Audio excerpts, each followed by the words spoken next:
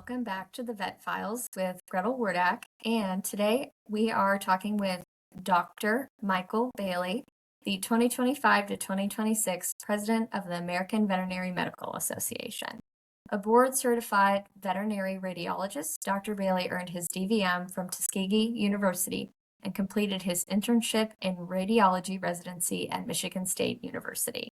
His career spans academia, private practice, innovation, and policy. He has served on the faculty at Tuskegee and Michigan State, achieved tenure at The Ohio State University, and contributed extensively to both veterinary and human medical literature. Dr. Bailey also pioneered advanced veterinary CT imaging services, helped expand national telemedicine and imaging networks, and currently works in medical innovation within global telemedicine consulting. Thank you so much for joining us, Dr. Bailey. My pleasure. Thank you for having me. Of course. To start, I'd love to hear about your journey to becoming president of the AVMA. Could you expand on your career path? Don't know if we have enough time, but here's in a quick nutshell. To become involved at the high levels of AVMA is a long journey. You don't decide, wake up, and tomorrow you do it. It took me 20 years. So I'm not saying it would take you 20 years, but it took me 20 years to do it. And that's because you need to get a basic understanding of organized veterinary medicine at a more local level. And you take that up through the AVMA, which included going from president of the Pennsylvania Veterinary Medical Association to becoming a delegate in the House of Delegates of the AVMA, then running to what's called a district director. In my case, I became district director of District 2, which was New Jersey, Delaware, Maryland, Virginia, and Pennsylvania, and District of Columbia. I thought that was going to be the end of it. And then as I neared the end of my district director, which was a 6-year term, I decided there was more I wanted to do and a few things I wanted to say, and I ran for president. And now that is a 3-year term because you become president-elect. Then you become president for a year. And then you become immediate past president. And when you're through, you go and you have your head examined. You need to try and understand not just the ins and outs of your organization, but other organizations which you're going to interact with. And realize it comes down to, for example, the AVMA is incorporated in the state of Illinois, and its bylaws are there. So there's legal aspects. It's not just a matter of, oh boy, I'm going to do what says the association. You have to do what the state says also, for an example. That is so interesting. I did not know that. So I attended the University of Illinois at Urbana-Champaign. So is the AVMA, is it like in the headquarters or in Chicago area? They're in Schaumburg, which is a suburb of Chicago. That's right. Mm-hmm. So in downtown Schaumburg. Who would have thought? I always had this image of the AVMA. I just saw the first image of like the House of Delegates. I was like, whoa, that is an intimidating big room. But I was like, do they have an office? Do they function on their own? Do you keep your day-to-day job and then this is just piled on top of it? That last one, it's piled on top of. So you keep your day-to-day job and then you make time to do the volunteer activities which the AVMA asks you to do. In the case of the president, you're on almost 24 hours a day, 7 days a week, because you may have interviews. I'm not even like podcasts, but podcasts. And the AVMA president was, you are extremely involved with the politics of the AVMA. You're also very much involved with letting people know what veterinary medicine is about. And we're not just talking about general public, kids, politicians, but also veterinarians. It's amazing how many veterinarians don't realize things like the first FDA-approved surgical robot was designed, built, and programmed by a veterinarian. And I say that because I try to tell people all the time, there's no limit to what veterinarians can do. So that's just one example. I went to a drone competition at the Mescalero Apache Indian Reservation a few weeks ago. And those kids there are flying drones all over the place and programming them. It's amazing they can do it. And I asked them what they plan on doing and asked them, did they see under the other applications, what they were doing was actually preparing them to be the next generation of veterinarian. The hand-eye coordination, the programming skills, the artificial intelligence they already know, the understanding of sensors and whatnot. That's a great place to recruit kids into veterinary medicine, I think. That's such a unique perspective because I think when people think of medicine and they think of agriculture, they don't think of like robots or technology. Actually, at University of Illinois, that was where I attended undergrad. I think they had the first program in the country where it was a combined animal science and computer science degree. So they're starting, but there were only, I believe, like 3 people in the program. So I'm excited to see like where we'll take them. But U of I has a very difficult computer science program. So I think that was more of the turnoff for most people. Or they just didn't even have the idea of how diverse veterinary medicine could be.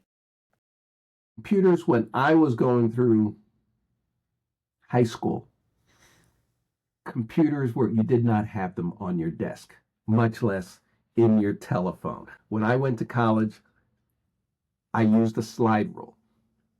Yes, folks, a slide rule is a piece of wood that tells you complicated mathematics, and we put the first people on the moon using slide rules.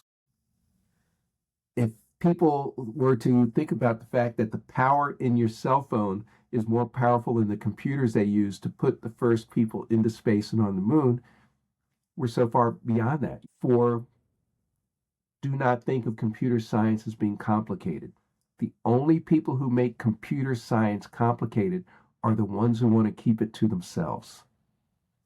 It can be, I don't want to say it's easy, it can be as practical as cooking that world-class cake or changing the spark plugs in your car. And I put it that way because not everybody can do those things, but in many cases, if you want to learn how to do it, you can. That's a great perspective to have. I have taken AP Computer Science. That is the closest thing. It was not my talent, but I would say, especially now that we're talking about AI today, I think people can have more help with it than they used to. Yeah, it might have mistakes, but at least get them started. Well, think about before you had to know all the ins and outs of writing code and nobody could really check it for you. You ran it through the computer, and if it ran, it ran. If it crashed, you had to go back and debug it. My first computer program was stored on paper. That's showing you how old I am. But now, if you want to, you can get a start by going into one of the readily available programs and say, please write a program in Python that performs this task, and it will write the program for you. I would have loved that in AP Computer Science because I crashed mine all the time. So did I. I'll be honest with you. I crash my programs all the time too. But it's just the fact that we've gone from that to, yeah, there's now basically Legos, building block programs. That's really the best thing to say. Right. It's changed the field a lot. Speaking of changing fields, so your role as AVMA president, you have to bridge the gap between not only veterinarians, but the public. So AI is becoming a huge issue, not an issue in healthcare, but a huge topic in healthcare. Could you describe that role, what we're seeing in veterinary medicine with AI so far? AI is just another tool. And like every tool, and I'm going to say this, people are going to say, yeah, we do have this. But really, you should not have a car driving down the road without somebody in the car. It may get to that point, but today we're not ready for it. So that's AI. You always need to have a human in the loop. And that's because AI, I tell people, 14-year-olds, you're going to hate me because I'm going to pick on you. I tell people that AI is like a 14-year-old. They are very convincing liars. You do not necessarily know when they're lying. And AI is that convincing 14-year-old. It can tell you a lie called hallucinations, which can seem so real. And then you find out after the fact, you didn't really do that. So I won't pick on 14-year-olds anymore. How's that? Say I've seen it say things incorrectly, especially now that I'm in veterinary school and I will use it to make practice exams just to prepare adequately, it can never make a practice exam as difficult as my professors. Secondly, it always simplifies it, and in the simplification, it can actually get things wrong. Yeah, oversimplifies. Yes, exactly. But But you medicine is see, simple. what you are dealing with is probably a program that has biased to be more of an explainer than a tester. And that's one of the things that people have to realize, that AI does and probably will always have some degree of biases. People have biases. It's a program made by people. What do I mean by a bias? Let's say everything you train it on, and these programs have to be trained. So if you took all of your professor's questions, all of them for, let's say, 10 years, assuming your professor's been teaching for 10 years, and put them in there, it probably would learn your professor's style and write questions in your professor's style. But let's say that your professor knew nothing about cats, and you put a question in there about cats. Let's say it was doing great on the dog or the horse question, but it knows nothing about cats. Now it's going to say, okay, it starts giving you something and it's trying to make it up because it doesn't want to let you know that it doesn't know the answer. That's just the way it's programmed. So it's biased towards dogs, and you So, have to be very careful about that. wow. So we were talking a little bit before. We talked about bias. So it's biased in the way that it goes back to whatever its training is. So in diagnostics, there's the potential, like if you gave them all your notes and your soaps for years and then put in the same symptoms, maybe it could file your line of diagnostics in the past. However, it's not seeing the animal. So some people will probably come into the office. They probably looked in ChatGPT, my dog is throwing up, has a fever, just naming random things, and could think it's one thing, but it's entirely different. Is there a lot of danger in that? Well, extremely. I'll give you an example that happens in real life. And remember, what we're talking about is artificial intelligence. Let's say you have a dog. You live in New Jersey. I grew up in New Jersey. You have a large breed dog. You bring it in. You take a radiograph, and there's an osteolytic lesion in one of the long bones. So, living in New Jersey, I'd say, well, this could be an infection, but it's more likely cancer. And I train it whenever it sees a large breed dog coming in with a long bone, the first thing it puts on the list is going to be cancer, osteosarcoma, for example. Now, let's say that that dog has a twin who didn't grow up in New Jersey, but it grew up in Arizona. Same litter, was out of the same litter, out of the same parents and whatnot. And around the same time, it comes in with an osteolytic lesion. And let's say you took to say, I've got a program that I've been using in New Jersey and has been working great. And you run that on it, and what's it tell you? It tells you cancer. However, the dogs in Arizona, I would at least think, remember I said off saying, well, it could be infection, was prime. In Arizona, first thing I might think about would be fungal disease. But your AI doesn't know anything about fungal disease because you never had one come in. So it's going to tell you cancer and not even tell you about the diagnostics for fungal disease. Right. I guess it's not thinking about where they are in the climate as well. So it's not just symptoms, it's also background that it Right. has no idea. Well, see, the dogs could both have the exact same symptoms. They're out of the same litter, the same breed. It's where they grew up. Wow. We've been talking a lot about not necessarily negatives, but just be aware, be educated about it with AI. What are some positives for animal health and welfare with it? There's a lot of positives. And really, we're veterinarians.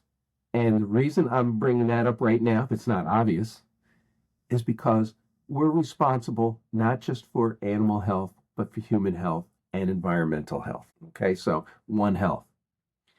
So, what are some of the positives? AI, well, computers and AI is extremely fast. It can compile a large amount of data very, very quickly.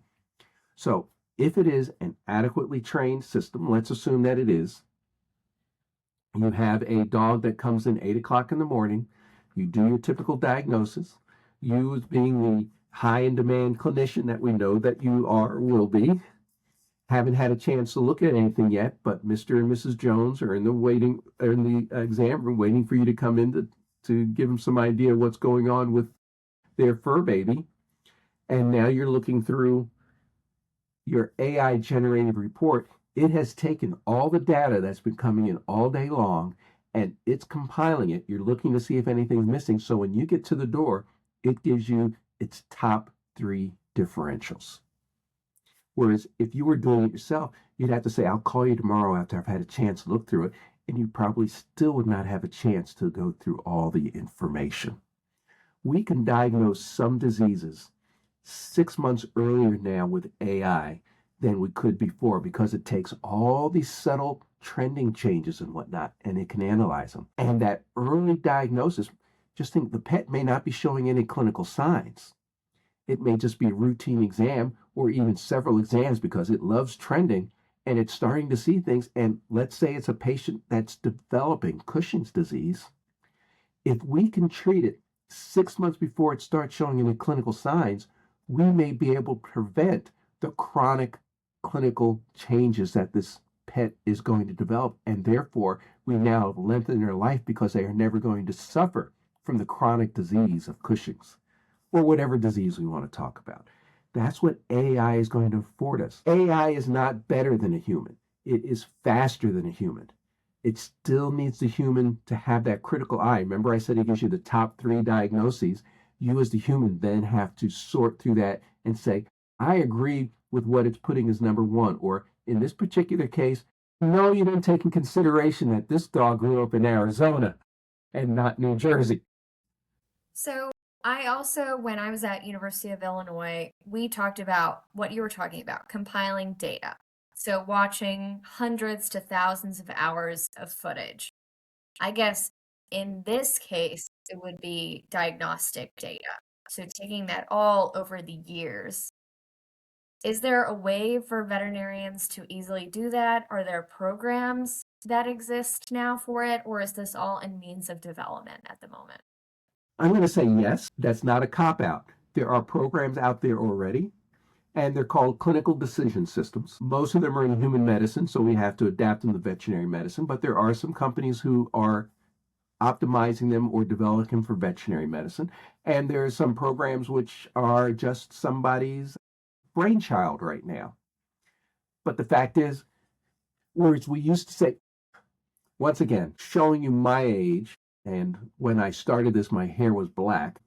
I never imagined AI other than science fiction when I got out of veterinary school. Now it's an everyday thing. So that's 40 some years. Okay, those you can add up and you can get an idea how old I am.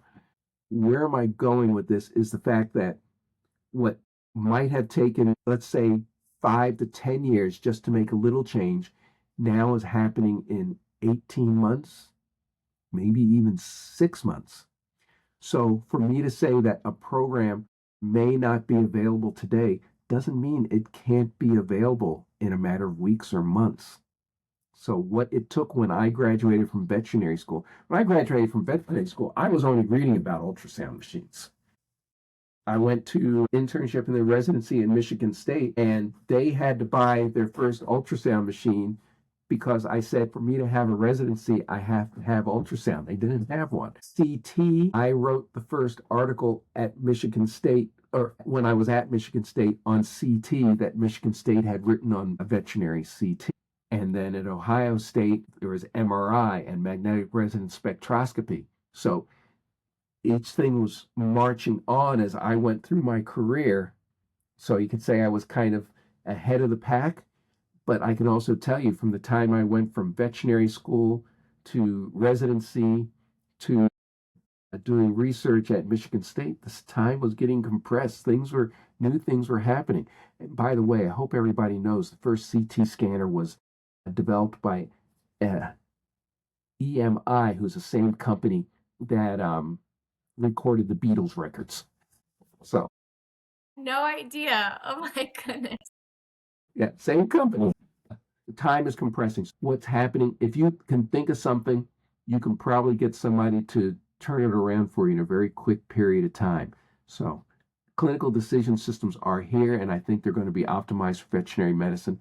And those are going to allow us to optimize the treatment of our pets. And it is going to shorten the diagnostic time for diseases. It hopefully will also make it so that more pets can be treated, so we will increase access to care. And I just hope people don't decide to charge outlandish amounts of money for it. I can see it as a really big tool for making things faster. I have seen our practitioners been buried in paperwork before, trying to read charts, trying to write their soaps. I'm not sure about AI writing soaps, but I have heard of some veterinarians will record their appointments and then the computer will pick it up and write their soaps for them. Have you ever seen that before too? Yes, there's several programs. I won't say what the names are, but that actually is a very practical thing. And depending on how you want to approach it, it can just be a matter of you talk and it then uses a large language model to put things into place that it thinks it should be. Be sure you check your work, because it may not always put things in the right way. Or as you're going to, you can say, classify this under SOAP, whatever place you want, and it will place things in there for you. And I think that's a little bit of a smoother process. But I have had people using it who tell me that they now get home for dinner with their family every night. So I think that's a big thing, because it is improving the quality of life for our teammates. But I just do want to warn you, go back to always keep a human in the loop. And if you're going to have the computer do it for you, that's great. But just be sure you go back and look and check. Yes, that's right. That's right. No, that I don't think we're going to do before you publish it. Do you have any fear that veterinarians will become super reliant on AI and almost look to it to diagnose their patients? I know that AI cannot do veterinary school for them. And I think people need to know, veterinarians, vet students, I am tested so often with so much information.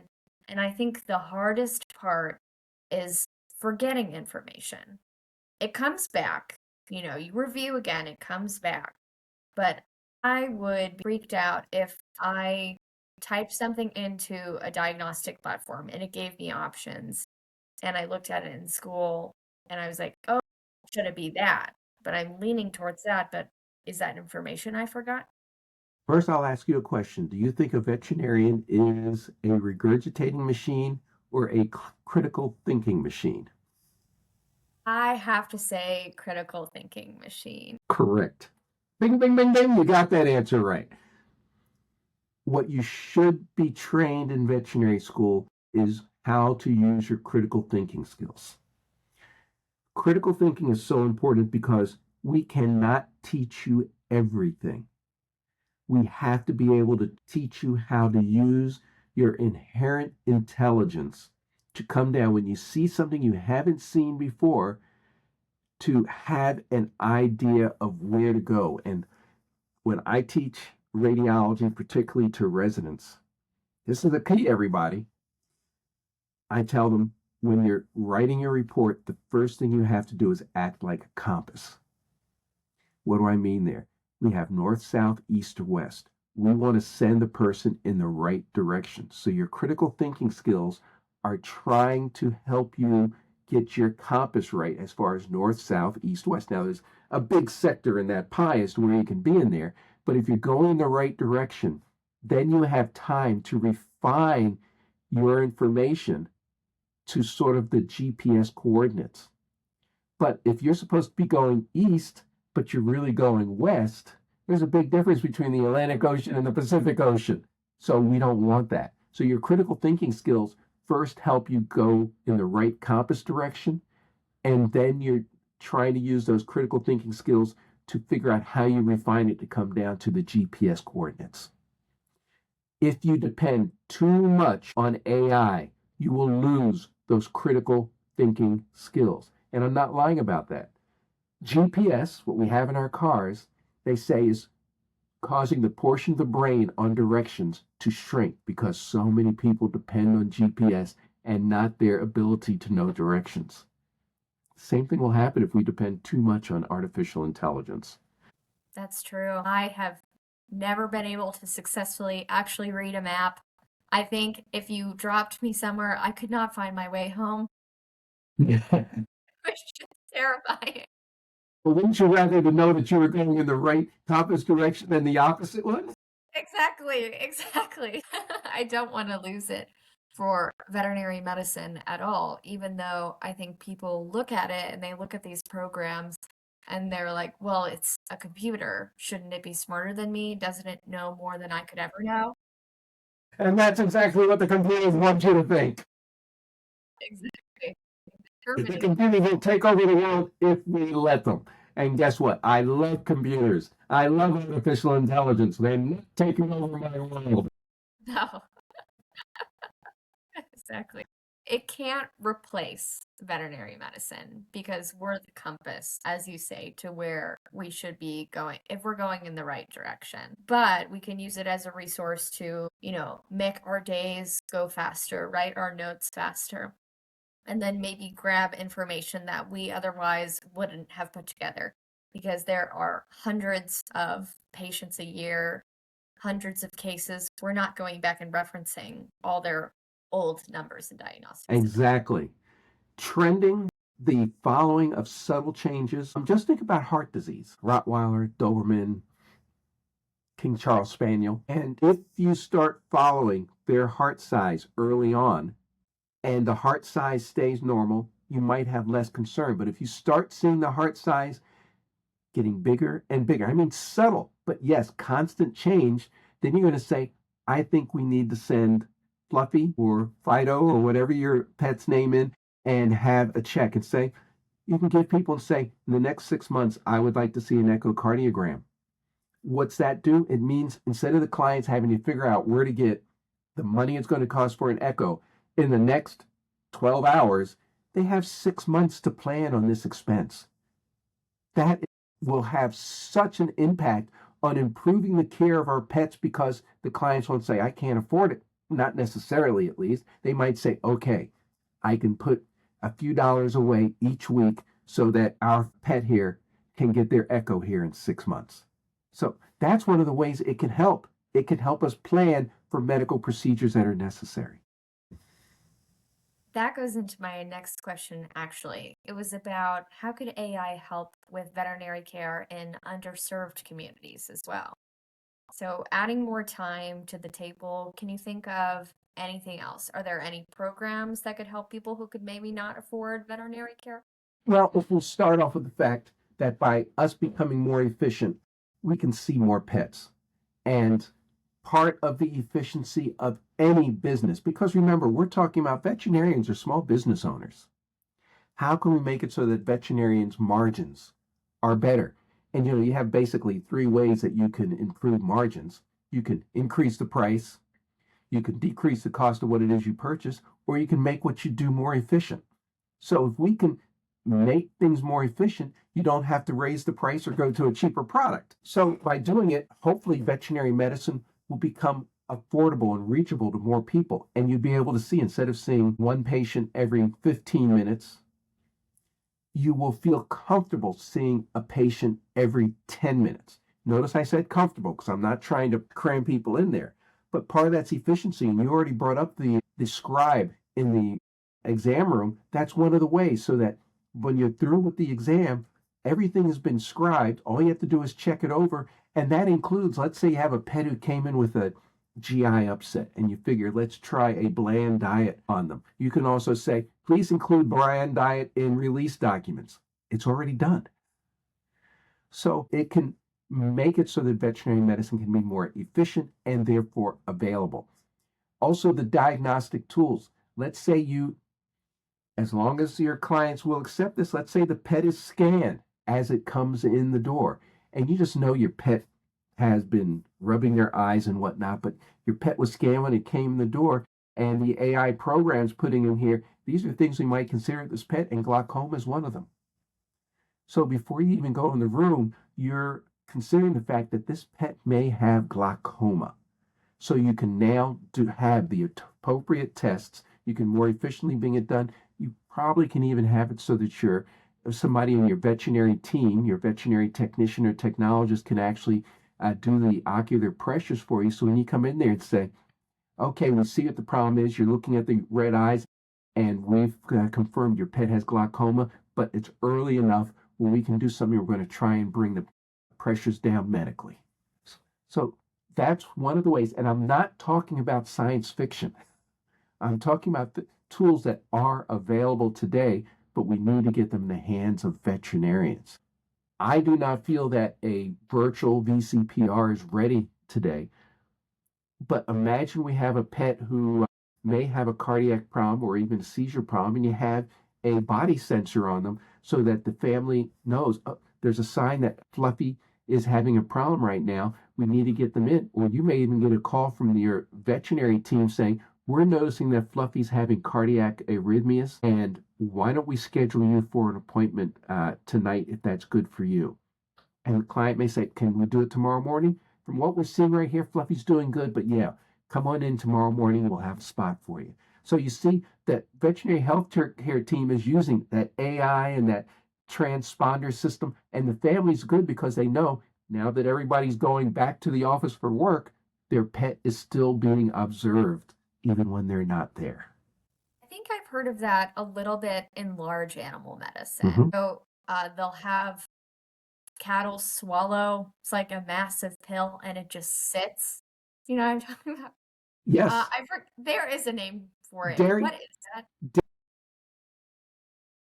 Dairy medicine is probably the most advanced form of telemedicine that we have in veterinary medicine. Not only will they be managing and monitoring what's happening going on with the rumen, but they're able to see what's their gait like, what's their body weight like, what's their milk production. They can identify if mastitis is showing up long before we can spot it so you can treat it earlier, get it cleared up really quickly. And they've been doing this for over 10 years. So AI in dairy medicine, they'll probably be in Mars before we are. Dairy medicine is amazing. I remember when I learned about them separating sperm cells, and that blew my mind because then human medicine took their technology and started using it, not for the same purpose, but I think for like cancer research. That's what I've heard, just a whole sort of thing, because dairy medicine, it's so much further ahead. Right. Agriculture has always been on the cutting edge of basically science, not just medicine. And veterinary medicine is one of the places it has allowed dairy to become an extremely efficient business by using these tools that we have now. And on top of that, one veterinarian can oversee thousands of cows, multiple farms from their office. And the veterinarian doesn't even have to be looking at it because they'll have a team member. Today, such and such is monitoring these, and they're calling the veterinarian saying, we're having a problem on farm number 26. Just such a broad scope. It's interesting thinking about like animals potentially having, like dairy cattle already have them, monitors on them for health. And are there ways to regulate to know that AI is actually catching the right things in these animals?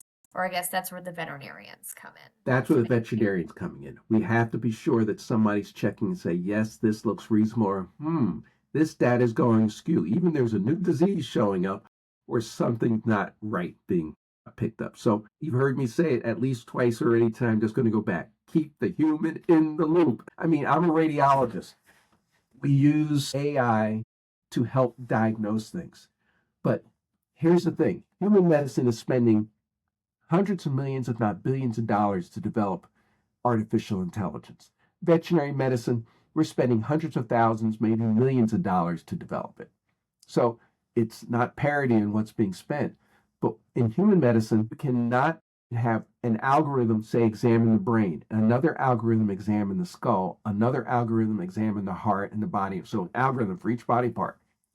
In veterinary medicine, we're trying to make one algorithm that can evaluate the whole body. But realize dogs have 50 different body composition variations, where people, and yes, this is oversimplification, but imagine people, we have small, medium, and large. So why is it they can't do that in human medicine, but we're doing it in veterinary medicine? That's one of the places you need to keep an eye on those folks who are doing this, because it's not going to work. You're going to put a bias in there for that German Shepherd that doesn't match that Dachshund. Vertebral heart scores. One of the reasons that many people started to mistrust it is because they were built for something like a beagle and was telling us that Belgian Malinois all had big hearts. Well, no, a Belgian Malinois is a unique dog in itself. So that's why I like trending. You take information from that same pet and it trends from that pet. So if it starts changing from today, in over 6 months, a year, you see it change, you know it's what's happening inside that pet. So there's different ways of addressing it. Am I answering your questions or am I just rambling? You are giving the best answers ever. I am learning so much. Actually, I wanted to talk about a point you made earlier. So you were talking about the kids playing with drones, and you're like, those would make great veterinarians. It makes me think a lot about diversity in the field. Because a lot of people I go to vet school with, we had similar backgrounds. Like we grew up with animals. I grew up on a very small horse farm, even though I'm in the suburbs of St. Louis. So my goals are like mixed animal and also relief work around the world, dabbling in everything, including leadership. And a lot of people are like me. Do you think this AI and bringing technology into veterinary medicine could make more people want to become veterinarians from all sorts of backgrounds? I think we have to let those folks who are tech savvy know that they have the skills to become a veterinarian. What used to be required to be a veterinarian, and this is even before your time, is you grew up in a dairy farm, you're going to become a veterinarian. Now it's a matter of, are you tech savvy? Can we teach you? Because what a veterinarian needs to do, we don't know. Just think about the fact, 1992, New York City, people were dying of an undiagnosed encephalitis. A veterinarian at the Bronx Zoo, a veterinary pathologist, recognized that there were wild birds dying in her zoo and that her collection was starting to show signs of an encephalitis. And she had a suspicion. She took samples. She sent them to the CDC for confirmation. The CDC told her, we do not process veterinary samples. Luckily, she was a very persistent woman. She sent samples to several places, including some people she knew in the military, as well as Davis, and said, these are my suspicions. Would you please confirm them? And it came back with a novel encephalitis virus. That was when West Nile disease was first diagnosed in the United States. And then she contacted the New York Health Department and said, I think you need to check everybody that you're seeing for West Nile disease. And here's my confirmation. Now, if you read some of the things, he'll talk about how the human physicians diagnosed West Nile disease. They did, but it was with the efforts of a veterinarian that it became possible. Why am I saying that? Because people do not expect that a veterinarian was the one that probably saved lots of people's lives, because she was persistent, saw something from a zoonotic disease that was not reported in the United States and pursued it. That's what we need, veterinarians who are going to step out of what is the typical path and be persistent and realize that they may be the only ones that have that sight, that forward sight for what's happening. This could reach underrepresented students and people with new ways of thinking, not just you grew up on a farm, you grew up with animals, you would make a good veterinarian. Instead, maybe they don't have as much animal experience, but they know the welfare metrics and they're tech savvy at the same time. Correct. So who's underrepresented individual today? Be honest, it's men. Very So true. it Very may attract more men into the profession because we need people who are interested in those or other types of things. I don't know. There may be something different tomorrow. But until I went to this drone competition, it didn't strike me. This is a perfectly fertile area to try and get people interested in veterinary medicine because of their tech skills. It's true. And majority of the tech industry are dominated by men. It just is. And so that might bring some of the numbers back because the trend of it being, let's see, is the profession 80% women now? 80 to Around 85. Yeah, 80 to that's what's 85. graduating. But you see, it's not even bringing them back. It's a matter of showing them there's a crossover industry here for you. So do what you're doing, but bring it over to us. And with more diversity in the field, there's so much more brought to the table too. Diversity leads to innovation. Fortune 500 companies have proved that if they have non-diverse workforce versus a diverse workforce, the workforce that's diverse, the workforce that is diverse is 30% more innovative. 30%. Wow, that's incredible. So, what voices do you think need to be included in these conversations about bringing more technology into veterinary medicine? The general public, youth, current adults, if they want to look into it and try? I think, and mind you, there are some schools doing it, but I think the schools, because really this is where it starts. It starts at the schools saying, okay, just because this is the way we've been doing it for the last 50 years, isn't the main way mean that we need to keep doing it that way for the next 50 years? So they need to look at it and say, what is it we're trying to attract? We're trying to attract diversity of thought, diversity of mind. How do we find that? Well, we always go over here. Farm shows going on in Pennsylvania right now. Great area. You can see horses, cows, sheep, goats. Go to that robotics fair. Go to that drone fair. Talk to people. Try and get them interested. We have to go to places that we haven't traditionally gone before. That's really what it comes down to. I have learned a lot from this talk, not only about what technology can do for us, but also like what we can do for it and how much time it saves. I really see lifestyle changes because of AI coming into veterinary medicine, and also the ability to catch cases so much quicker in advance. Is the best form of medicine, I mean, is what I've learned so far, is preventative medicine. Correct. Preventative medicine, I'm going to pick one particular organ of the body and say we don't do enough, and it could probably have a big impact, and that's the mouth. Dental. If we did more preventative medicine on dental disease, we would most likely reduce cardiac disease, renal disease, liver disease, and cancer. It's one organ of the body. I think AI can help us do a much better job on dental disease. That's just one example. There's others, but if we were going to concentrate on one thing, I'd say concentrate on AI and dental disease, and you would have such a big impact. That's amazing. I saw at our orthodontist, like I went back in to get a retainer, and they had this, it almost looked like a flashlight, like a scope, and they took it inside the mouth, and then on the screen, it appeared a scan of your teeth that it had like drawn up. And my first thought was, wow, we do not have that in the veterinary clinic. If you could scan their mouth, which for most pets, I mean, normally you look at their dentition when you have an exam, but if there were logs of it, the difference that you could make in the future would be absolutely amazing.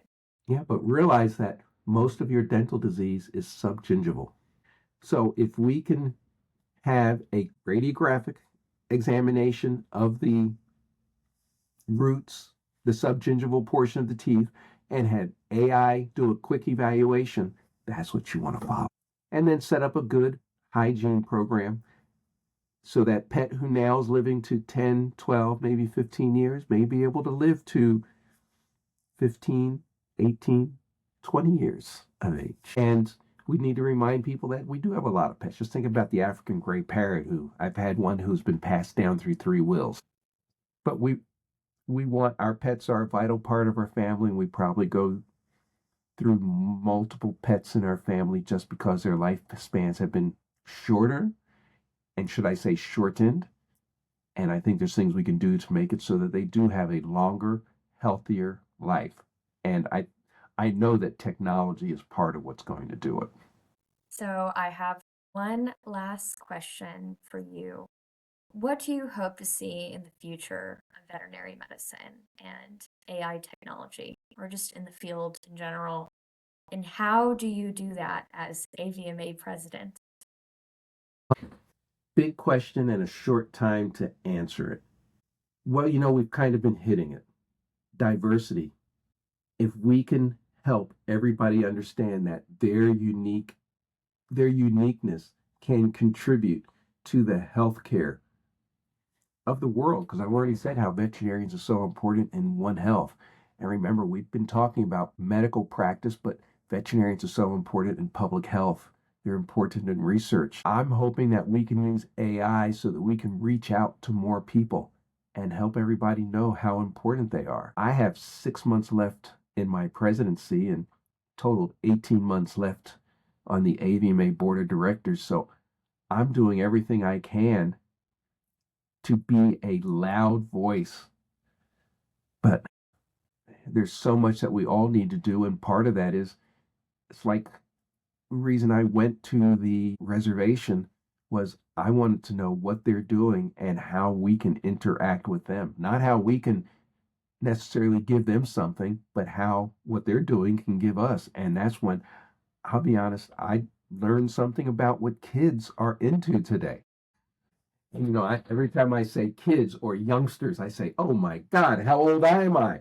But it's really, we're talking about teenagers, people younger than you.